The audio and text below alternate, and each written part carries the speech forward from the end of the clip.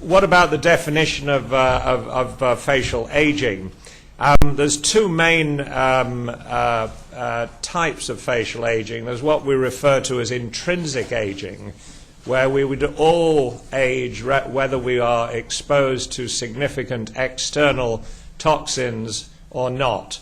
And quite characteristically, and this patient shows one particular set of features where we're getting a loss of volume, a change in skin surface texture, a hollowness of the lower face, all of this leading to the characteristic nasolabial folds, the marionette lines, the atrophic lips, the brow ptosis.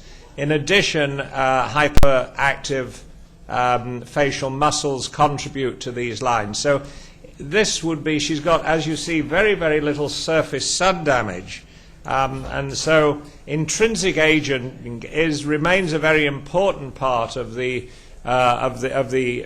facial aging and the skin aging process, and is characteristically a result, as we've heard from the other speakers, of a decline in function of the essential structures that make up the skin.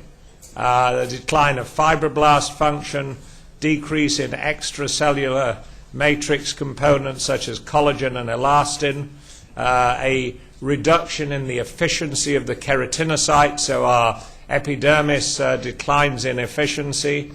Melanocytes either will increase in an uncontrolled fashion or will lose function, and also a change in the antigen-presenting cells alter the immune functionality of the skin. So regardless of whether you spend your day, and this will happen if you spend your day in a light-proof closet or not.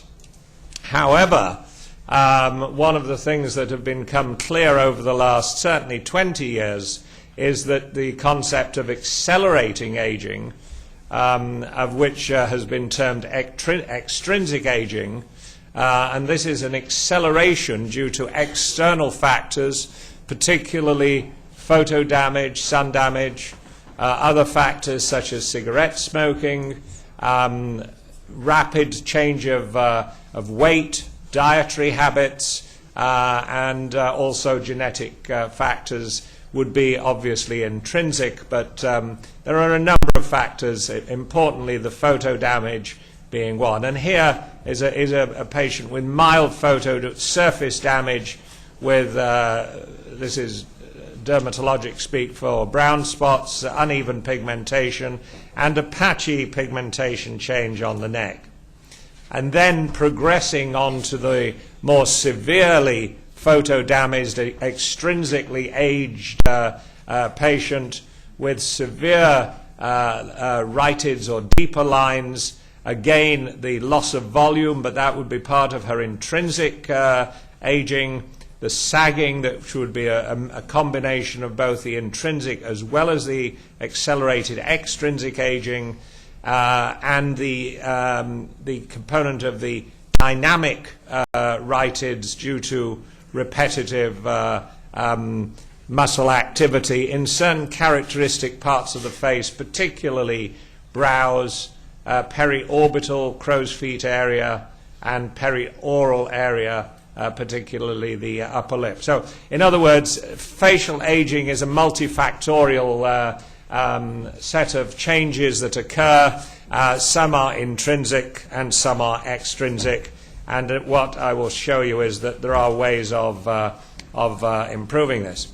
The other big important thing is, of course, patient selection and expectations. I'm not suggesting that all patients, all people will desire to seek treatments for facial rejuvenation, and that is perfectly up to their own choice. And I think this is most important. So again, I think avoidance of pressure and this sharp eye. Clearly, it would be a great shame to de-wrinkle the little fellow.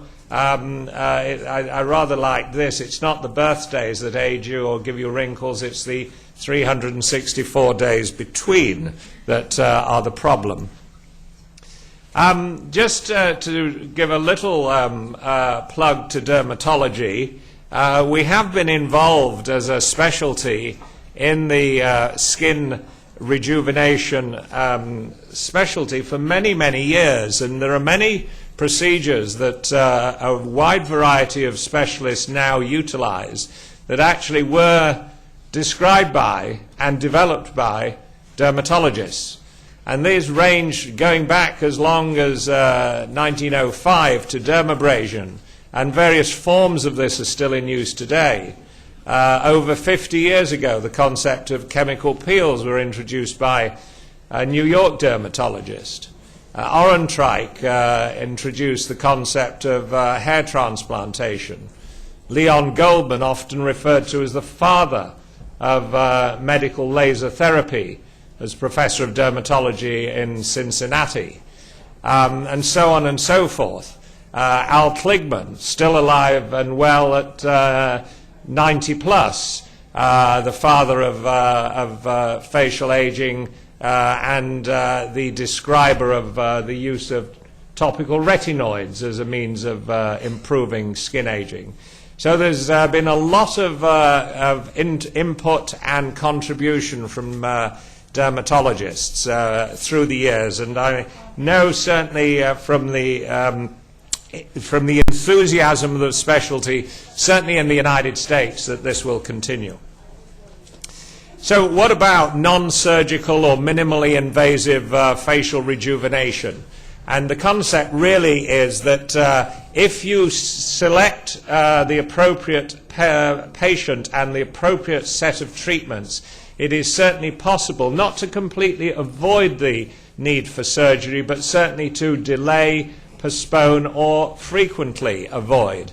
And this is a patient that I showed you earlier that has had a series of non-surgical interventions that I will refer to in detail as we go along. The concept being that combining these different agents can give, as you will see, a good improvement in appearance. And we can rank those different types of treatments into agents, treatments that will improve the skin surface, the most important being photoprotection. This is the most important for reducing skin surface damage. The use of different topical agents, both prescription, non-prescription, the use of resurfacing agents such as chemical resurfacing, laser resurfacing, all of these improving the surface appearances and structure of the skin, going into the improvement of the subsurface or the support structure of the skin, and again all of these agents adding in also the use of volume replacement with fillers and the use of botulinum toxin and radiofrequency for dermal tightening, all of these helping the substructure. So ranging from the use of topical agents to improve skin surface textures, for example, here a series of relatively controllable medical glycolic fruit acid, alpha hydroxy acid peels, followed essentially by the use of protective creams, preventative night repair creams, and also lightening creams. There's no point, absolutely no point, treating anybody for facial photo damage if they are not going to then at least A, give up smoking, and secondly, use daily protective sunscreens. And the same is true of melasma or pigmentation. Facial pigmentation requires ongoing maintenance treatment, even if you use one of the more modern lasers to reduce it. So we've got numerous topical options, and I would suggest to you that the ones that have received the most objective scientific scrutiny remain the prescription structures called retinoids, of which certainly tretinoin, also known as Retin-A, and now its numerous generics are probably still the most widely used. But there are other retinoid analogues, such as tazarotene, which are extremely potent and used appropriately, and that's the key word, appropriately,